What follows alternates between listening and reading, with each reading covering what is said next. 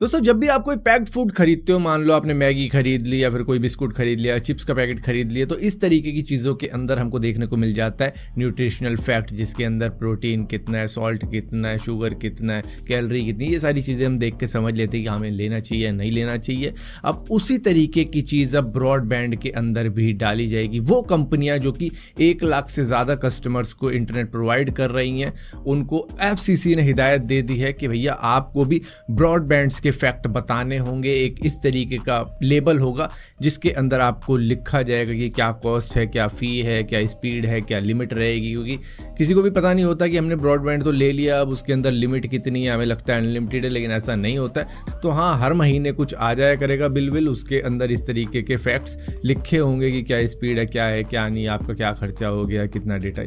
इस तरीके की चीज़ आ जाएगी। फिलहाल के लिए अमेरिका के अंदर शुरू होगी, लेकिन FCC क्योंकि इंडिया के अंदर भी मतलब इसके स्टैंडर्ड्स को देखा जाता है, तो यहाँ पे भी आने वाले वक्त में आ सकती है। दोस्तों कनाडा की एक जानी मानी कंपनी है जिसका नाम है डी ब्रांड, जो कि मोबाइल के स्क्रीन प्रोटेक्टर भी बनाती है, कवर भी बनाती है और इसी के साथ साथ स्किन्स भी बनाती है, और ये स्किन लैपटॉप मैकबुक के लिए भी बनाते हैं। अब इनसे एक इंडियन यूजर जो कि नीदरलैंड के अंदर काम कर रहे हैं, जिसका नाम भुवन चित्रेंश है, उसने अपनी मैकबुक के लिए इनसे एक स्किन मंगवाई थी जो कि 2 महीनों में ही उतर गई, जिसकी कंप्लेंट इन्होंने X के ऊपर करी कि भैया मेरे मैकबुक की स्किन सिर्फ 2 महीनों में उतर गई। किस तरीके की चीज़ है आपकी, जिसके बाद में इन्होंने कोई सोल्यूशन देने की बजाय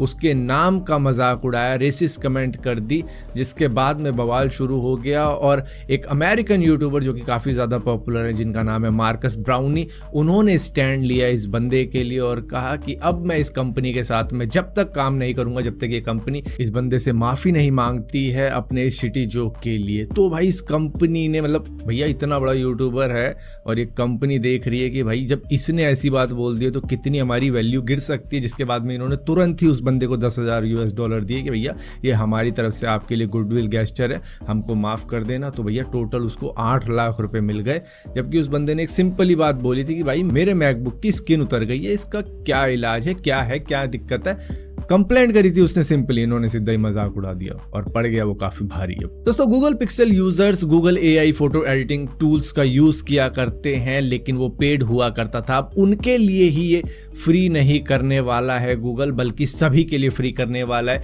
जितने भी एंड्रॉयड यूजर हैं, आईफोन यूजर हैं, उन सभी को अब AI फोटो एडिटिंग मिल जाएगी गूगल की तरफ से, जो कि बिल्कुल फ्री होगी। यहाँ पर बस रिक्वायरमेंट ये है कि आपका एंड्रॉयड वर्जन 8.0 से ऊपर का होना चाहिए, उतना ही होना चाहिए, और इसी के साथ आपके पास में एटलीस्ट 3 GB रैम होनी चाहिए, जिसके बाद में आप मजे ले सकते हो AI फोटो एडिटिंग के, वो भी फ्री में। दोस्तों हार्दिक पांड्या का नाम इस वक्त में काफी ज्यादा चर्चा के अंदर है, क्योंकि जब से उन्हें मुंबई इंडियन का कैप्टन बनाया और उसके बाद में जितनी उनकी मतलब इंसल्ट हो रही है स्टेडियम के अंदर भी, अब उनके साथ में कांड हो चुका है। दरअसल उनके साथ में 4 करोड़ 30 लाख रुपए की चीटिंग हो चुकी है, और ये हार्दिक पांड्या और कुणाल पांड्या दोनों के साथ में ही हुई है। दरअसल 2021 में इन्होंने पॉलीमर का बिजनेस स्टार्ट किया था महाराष्ट्र के अंदर, जहां पर इनका स्टेप ब्रदर भी उसके अंदर पार्टनर था, जिसका नाम है वैभव पांड्या, जिसको अरेस्ट कर लिया गया है क्योंकि उसी ने ये चीटिंग करी है। दरअसल इन तीनों भाइयों ने एक साथ मिलके ये कंपनी स्टार्ट करी थी, जहां पर 40% लगाए थे हार्दिक पांड्या और कुणाल पांड्या ने, जिसके बाद में 20% लगाया था वैभव पांड्या ने। अब इसी सेम रेशो के अंदर इनका प्रॉफिट भी डिस्ट्रीब्यूट होना था, लेकिन इस बंदे ने देखा कि यार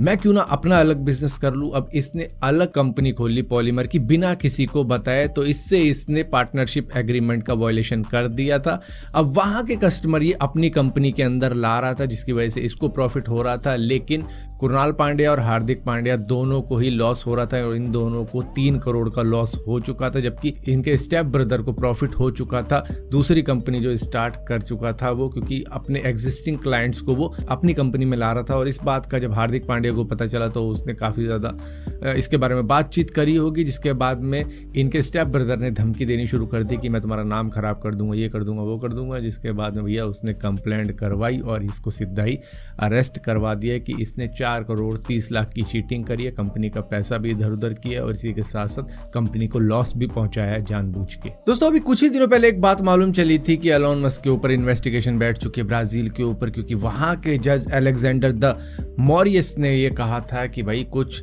ट्विटर के या एक्स के कह लो अकाउंट हैं जिनको तुमको ब्लॉक करना है। लेकिन अब खुलासा ये होता है कि जिन अकाउंट्स को ब्लॉक करने की बातें हो रही थी वो दरअसल ब्राज़ील के पार्लियामेंट के मेंबर थे और इसी के साथ साथ कुछ जर्नलिस्ट थे जिनको ब्लॉक करने को कहा जा रहा था। मे भी शायद इलेक्शन के अंदर फ़ायदा होता है इस तरीके की चीज़ें करके, जिसकी वजह से एलोन मस्क ने इस बात से इनकार कर दिया था कि नहीं भाई, एमपीज़ को और जर्नलिस्ट को हम ब्लॉक नहीं करेंगे जब तक कोई वैलिड रीज़न ना हो। और ये तो लॉ के भी खिलाफ है कि आप दूसरी ऑपोजिशन को आप बोलने से ही रोक रहे हो ब्लॉक करके, तो इस तरीके की चीज़ें हम नहीं होने देंगे। अब उसको लेकर ही ये सारा बवाल क्रिएट हुआ है।